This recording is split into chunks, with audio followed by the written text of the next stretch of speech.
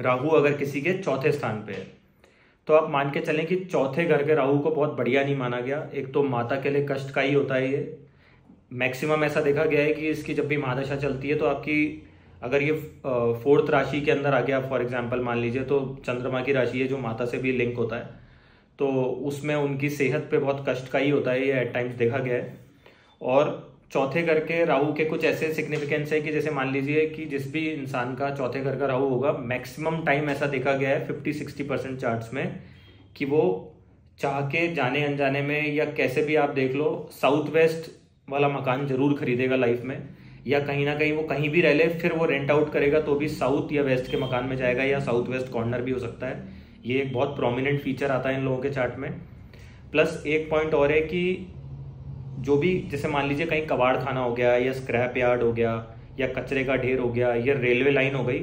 तो बहुत ज़्यादा प्रोमिनेंट चांसेस हैं कि राहु जिसके चौथे घर में है वो इस जगह के पास में ही उसका घर होगा, या पीस ऑफ लैंड कहीं पे भी लेगा तो वो इसके पास होगी।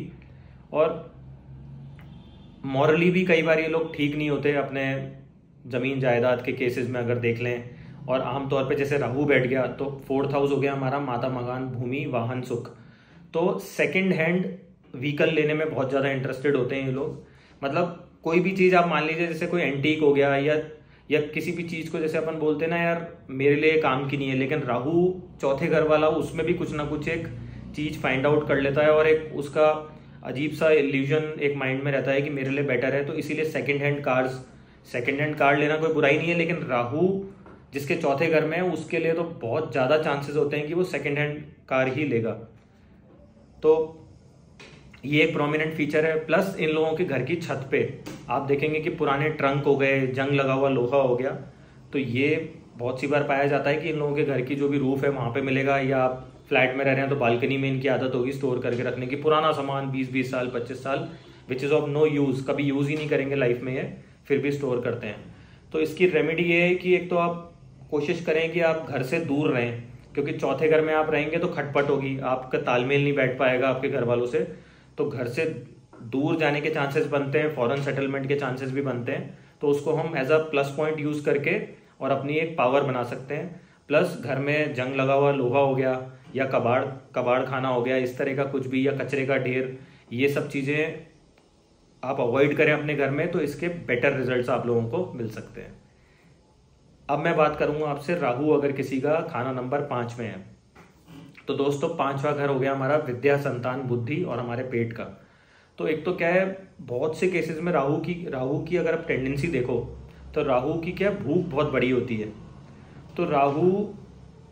वालों के अक्सर ऐसा देखा है कि पेट में कोई एसिडिटी की शिकायत हो गई या अल्सर हो गया, क्योंकि इनका कंट्रोल ही नहीं है अपने खाने पीने पे। तो आप अपनी डाइट का कंट्रोल रखें और कोई व्यायाम करें तो आपका 5वें घर की जो प्रॉब्लम्स हैं इससे आप बच सकते हैं। प्लस बहुत ही शार्प माइंडेड पीपल होते हैं। और आज के युग की अगर मैं बात करूं, जो पूरा इंटरनेट का और ये फाइबर केबल्स हो गई, ये सब राहु के आइटम है। और बहुत सारी टर्म्स जो हम आजकल ही सुनते हैं कि हैकर्स हो गए, ये हो गए, तो बहुत ही मतलब एक होता है ना कि बहुत ही मतलब सस्पिशियस काम हो गए या बहुत ही कोई हिडन चीज़ें हो गई, वो सब में बहुत माहिर होते हैं करने के लिए। अब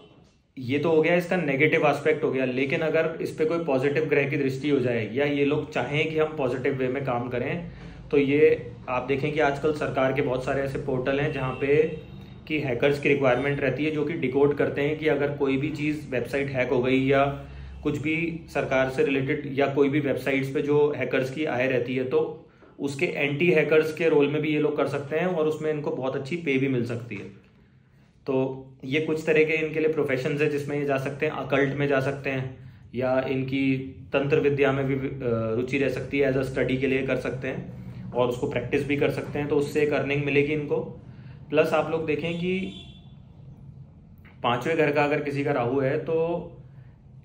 एट टाइम्स ऐसा होता है कि मल्टीपल रिलेशनशिप में भी ये लोग होते हैं एक बारी में, क्योंकि राहु की भूख खत्म नहीं होती। तो आप ऐसा ना करें, क्योंकि अगर आप एज अ रेमेडी मेरे से पूछें तो राहु के लिए सबसे बेस्ट रेमेडी है कि आप मॉरली करेक्ट हो जाएंगे ना लाइफ में, या मैं कहूँगा किसी भी ग्रह के लिए, if you are morally correct और आप राइट डीड्स अपनी लाइफ में कर रहे हैं